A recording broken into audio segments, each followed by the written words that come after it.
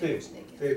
Tai yra knyga ateina, nu ką, pas mano pakankama biblioteka didelė yra, nu ką šiandien, kakė, makė ir viskas, ir nieko tu neteikinsi, kakė, makė. Nes mano patirtis labai panašiai jūsų, aš irgi turiu 2 metų sūnų ir jau kaip pradeda kalbėti apie tai, kad dar negimus vaikui reikia skaityti knygą, o jam 2 ir tu eini prie to teksto ir jis neišlaiko dėmesio ir jam paveikslėlių reikia kažką pasižiūrėti, tai gal lauki, kada... Bet jūs ir žiūrėkit į paveikslėlius ir kalbėkit. Nereikia, nebūtina skaityti. Ir tikrai va, tas rodymas, aptarimas ir kalbėjimas, jis nebūtinai tas tekstas, man atrodo, na, maždaug vis tiek tas tekstas ir jūs kažką pasakote, tai tikrai neskaitykit. Jūs žiūrėkit ir vartykit, man atrodo, čia yra. Mes su mano 2 metų sūnumi irgi pradėjom kalbėtis apie paveikslėlius, nes jis neišklausydavo teksto. Po kokio pusmečio jis pradėjo išklausyti. O mes kartais tiesiog tylim, jisai verčia, jisai tyli, aš tyliu tiesiog, mes tiesiog sėdim ir aš nesuku galvos, kad aš, nes man kartais, ką aš jam plepėsiu, jisai tyli ir mes ramiai, tai yra tiesiog tokios tylos dienos, mes praverčiam tyliai tą knygą, o kitą kartą ten paskaitom, tai nuo nuotaiko. Bet čia matai, čia yra santykis, aš galvoju, santykis su knyga kaip su kažkuo svarbiu. Yra, ar jūs vartot, ar jūs tylit, ar jūs kalbat. Kad ta knyga būtų pasiekiama, kad jisai matytų tas knygas, jo lygyje, nes iš tikrųjų iš pradžių knyga yra žaislas. Nu, jinai žaislas, neišvengiama, bet tegu jinai ir būna to žaislu. Taip, kaip ir jis įtempia atsineša. Aurelija, jūs savo. Taip, aš irgi va prieš važiuodama čia į šitą renginį paklausiau savo vyresniosiose, dabar 5 ir dar turiu 4 metų sūnų, kurios apilite tavo knygutės mėgstamiausios. Tai jinai pirmiausia man pasakė, kaip vilkas uodega prišalo, paskui kakė makė ir mamulė mū. Tai va, iš tikrųjų, tos 2 paskutiniosios, tai matyt, ir mados reikalas, arba tiesiog labai pataikyta vaikam parašyti.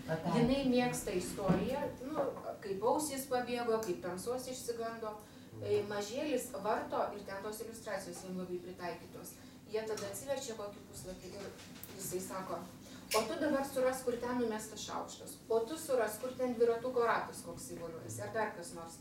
Tai žodžiu, vienam reikia jau turinio siužeto, o kitas žaidžia su tom iliustracijom. Mamulė mū, tai tiesiog, nežinau, tos nebanalios istorijos kažkaip vaikus užkabino, linksmos ir, tiesiog net mes išmokom keiktis, jeigu jau taip atvirai sakant, nes, daug kas priklauso iš tikrųjų, net jeigu ir verstinė knyga, ir nuo autoriaus, ir nuo vertėjo, ir nuo redaktoriaus.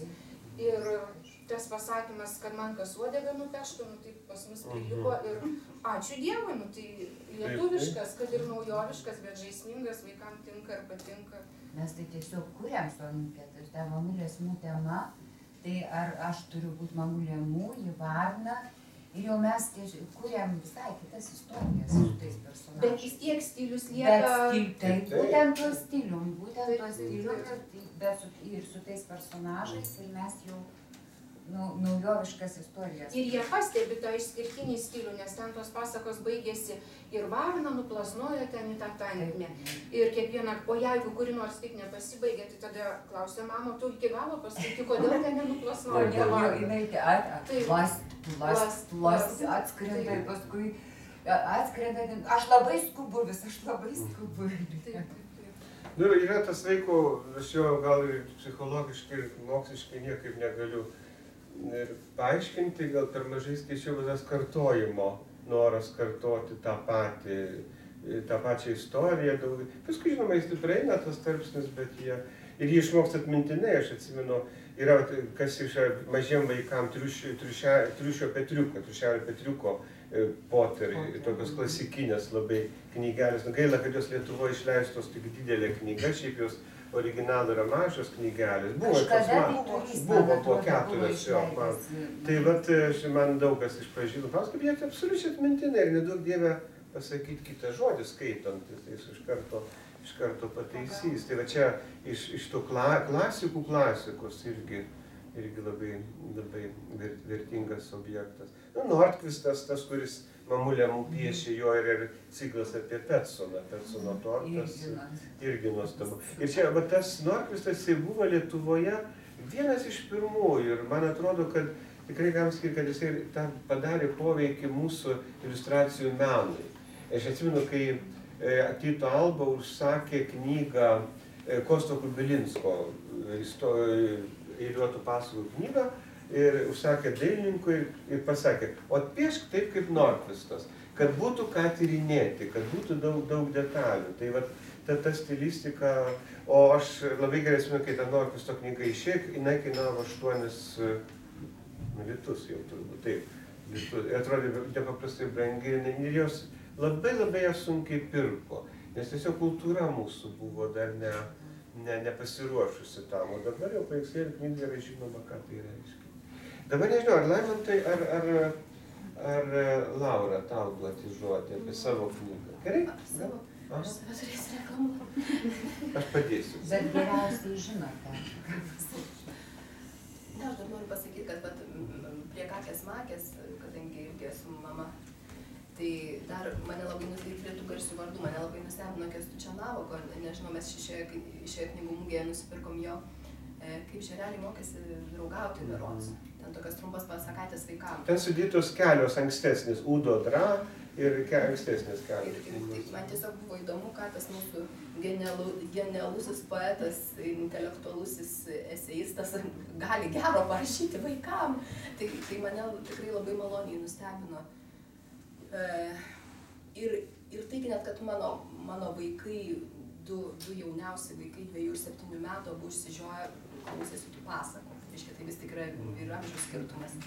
Žemės turbūt gal, aišku, labiau žiūrėjo Marijos Mirnovaitės tas iliustracijas. Puikiai dailininkė. O 7 metų mergytė klausėsi ir juokėsi, nes pasakatės tikrai fantastiškos ir labai lakoniškai parašytos, trumpi sakiniai. Ir yra ta tokia potekstė, kuri ir suaugusi pasiekia. Žodžiu, tai va. Tai čia sakau, kad gėris tą knygą. O dabar čia save turėčiau reklamuoti. Na, aš padėsiu. Čia yra Laura, žinote, puikiai žinoma rašytoja, bet tai yra pirma knyga jauniems. Čia yra, mes per pristatymą, ten buvo tokie iškilmustukai, parašyta nuo 8 iki 12. Viena mama labai prieštaravo, kad tiktų ir 15 metų jūs dukrai. Bet čia yra problema leidybos.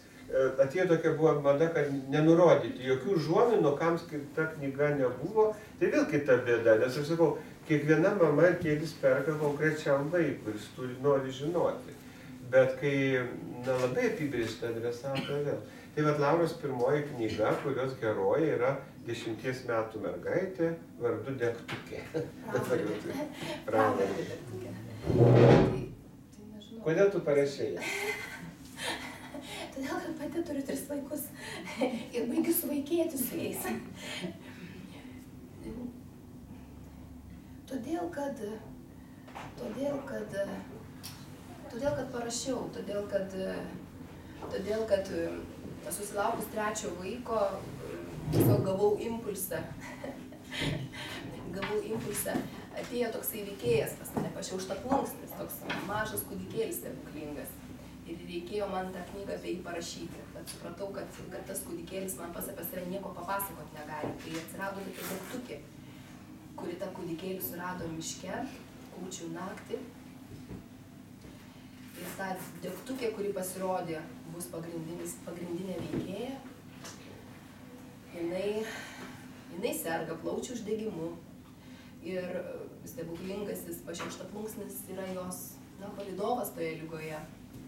Palydovas, kuris padeda jai šiek tiek susigaudyti savyje, šiek tiek susigaudyti, nežinau,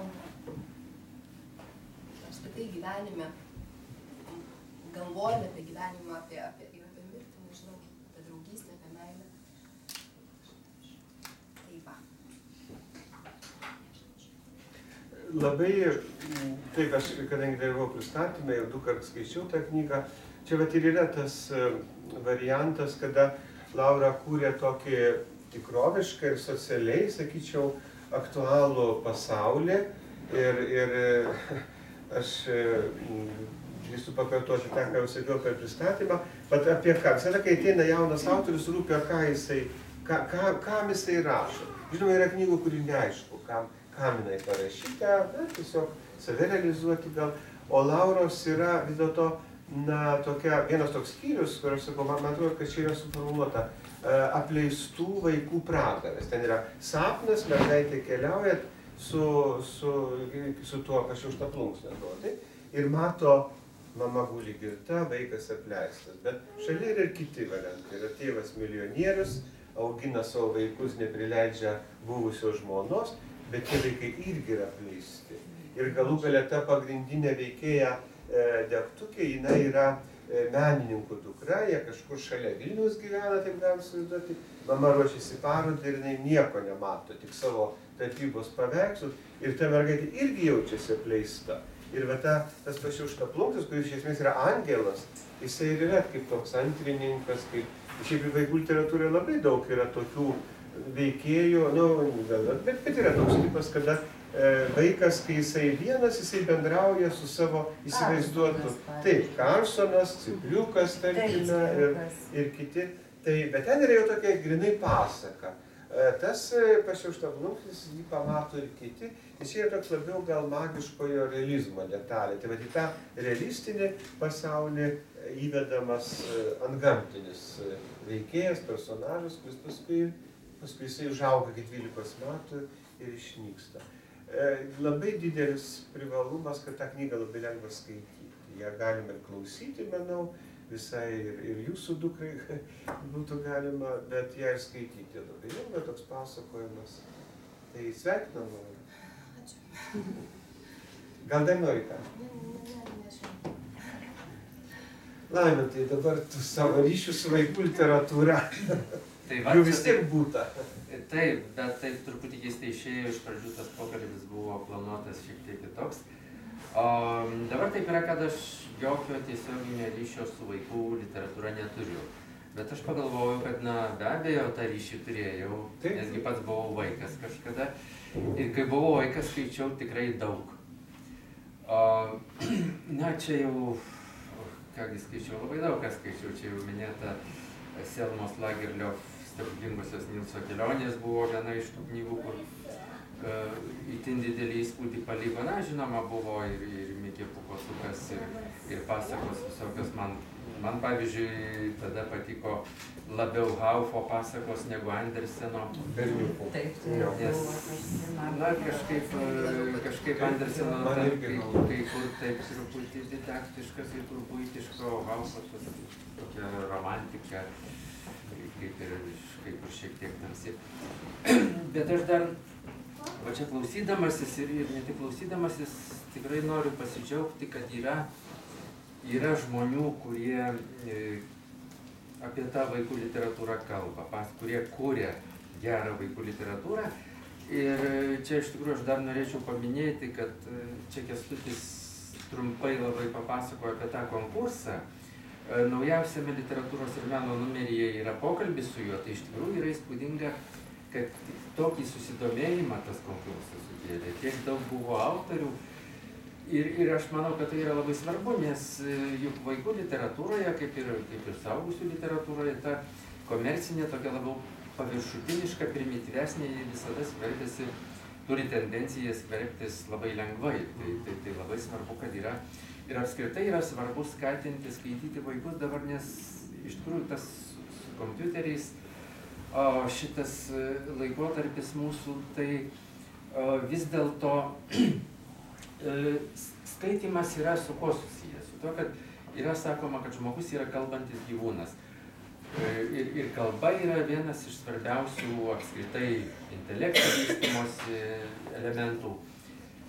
O grožinėje literatūroje susisieja kalba su vaizduote. Ir tai yra labai skatina visą vystymąsi ir vaiko, ir vėliau jauno žmogus ir taip toliau. Tai kompiuteriniai žaidimai ir filmai, visas tas vizualinis aspektas negali atstoti, pakeisti to skaitimo. Tai tas yra labai svarbu. Na ir aš dar aišku, kuo esu susijęs su vaikų literatūra, ne tik tuo, kad pats skaičiau, bet mano abi dukterys irgi daug skaitė. ir dabar jau jos suaugusios ir iki šiol skaito. Na, matyt, taip jau būna, kad jeigu vaikystėje skaito, tai ir vėliau skaito. Aš netgi negalėčiau kokių nors receptų čia pateikti, duoti, tiesiog, na, niekada nereikėjo kaip nors skatinti, raginti labai daug, ten liepti, buvo tas interesas. Na, matyt, čia gal priklauso nuo to, kaip yra šeimoje, kaip tėvai, kaip dar iš pradžių skaitėm ir kaip nemokėjo skaityti. Ir vėliau taip, kad yra tas aš manau svarbu. Ir čia buvo daugiausia kalbama apie literatūrą patiems mažiausiams vaikams, bet aš manau irgi yra labai įdomus ir tas toks pereinamasis laikotarpis, kai iš, na, tarkim, paauglystė ir jau pereinama iš tos literatūros, tarkim, paaugliams arba vaikams į tą jau literatūrą suaugusiems. Aš pats, pavyzdžiui, prisimenu, kad mokykloje, na, tas, kas buvo mokyklinėje programoje, mane traukė. Ne dėl to, kad ten buvo prasta literatūra, ten visokios buvo literatūros, na, žinoma, dar sovietmečiu tai ten buvo ir tas idėjinis aspektas akcentuojamas, bet kai man prasidėjo jau tas skaitimas visai kitoks, nebe kaip vaiko ir nors, na, tai buvo gal 15 ar 16 metų, tai lietuvių autoriai, jau čia žinoma suaugusiems autoriai, per kuriuos aš atradau, apskritai galėčiau sakyti, lietuvių literatūrą, tai buvo Ignas Šeinius ir Jurgis Savickis, tai buvo tie autoriai, kurių mokyklos programoje tuo metu nebuvo. Taip keistai. Aš apie mokyklą, tai aš tiesiog turiu pasakyti apie amžinatilsį savo lietuvių kalbos ir literatūros mokytoją, kuri aš tai apskritai ir gimus sovietmečiu ir gyvenusi visą sovietmetį, bet aš gyvenau mažam miestelį Žemaitijoje. Mums dėstė dar, mus mokė senosios kartos mokytojai. Beveik visi buvo senosios kartos inteligentai, kurie patys dar buvo išugdyti kitų visai tradicijų. Tai štai, mūsų auklėtoja nuo 9 klasės, lietuvių kalbos ir literatūros mokytoja, jinai mums kaip tik duodavo mokslo, na, mes ten kai ką prabėgam apskritai, pavyzdžiui, ten Guzevičiaus apskritai neskirdavo jinai valandų. Tiesiog, sako, žinokit, kad yra ir viskas. Jinai kaip tik mums, mokslo metams baigiantis jau, mes visada skaitydavom, jinai liepdavo mums skaityti tai, ko nėra mokyklos programų. Ir jinai mus paskatindavo, nes jinai pati turėjo didžiulę biblioteką iš senų laikų. Ir Šatrijos ragana, ir Ignas Šeinius mes skaitydavom, sakau, mums tiesiog knyga taip ugdydavo. Nebūtinai tai, kas yra programų. Mokslo metams baigiantis mes ir paskui rašydavom raštų darbus iš to, ką perskaitėm. Tai žodžiu, kad buvo laimė, kad buvo tokie mokytojai. Tai čia turbūt, kad mažam miestelį, kad nuošaliai kažkur, gal kokiam dienam mieste taip jau drąsiai. Čia tokie du klausimai. Vienas yra apie mokyklos ir skaitymo santykius. Tai be abejo, kad na, mūsų laikais ta literatūra buvo daug trumpesnė ir va, tas paaugliškas amžius yra per gal sudėtingas. Tikrai nebuvo. Nu, ką mes berniukai, pavyzdžiui, be Marko Tveno, tokios tipiškos literatūros, labai nedaug būdavo. Dabar tos paaugliškos literatūros tikrai yra daug. Ir paauglystėje, na, kaip bežiūrėtum, dabar apie tai beveik jau negalim šnekėti, kad yra prigimties, giminės skirtumai ir interesai. Bet vis tiek labai paauglystė atsiskiria mergaičių, ką nori skaityti mergaitės ir ką nori skaityti berniukai. Tai aš manau, kad vis dėlto yra ir berniukiškos, ir tos mergaitiškos, romantiškesnės literatūros, bet kaip ją pataikyti. O su mokyklos santykius, aš esu parengęs ir vadovėlius 4 klasėm ir aš labai džiaugiuosi, kad buvo galimybė būtent tą konfliktą įveikti. Ką skaito mokykloje, tai čia o ką skaitau savo, čia yra gerai. Tai, na, tarkime, man 7 klasėje tai buvo pats sunkiausias iššūkis bet pavyko, buvo tiesiog dar šviesaus atminimo Zaborskaitės laikai, kada leido dėti ir tai, kas jiems iš tikrųjų įdomu. Ir tas dalykas yra, man atrodo, suveikęs iš studentų girdžiu dabar, kad jeigu aš būčiau neskaičius Anės iš Žaliastogių, kai žinai, aš būčiau į filologiją stojęs. Tai tie tokie, rodo, maži dalykai, ar ten kokį straipsnį paskaito. Labai bijau, kad dabar viskas mokykloje verčiasi vėl aukštyn kojom. Vėl viskas atgal. Bet nežinau.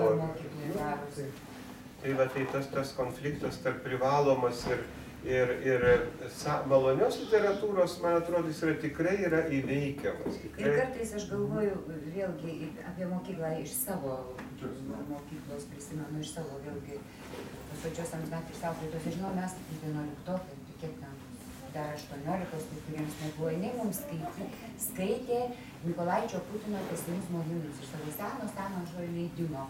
Ir nelabai mes, aišku, susivokėme, bet aš galvoju, vis tiek mumyse kažkas liko. Taip, gal buvom per jauni, gal ne, bet jinai skaitė mums. Per pamoką skaitė. Ir aš puikiausiai prisimenu ir tokiu būdu aš užsikabinau skaityti Mykolaitį Putiną poeziją. Ne autorių šešėlį, ne tą, bet būtent poeziją.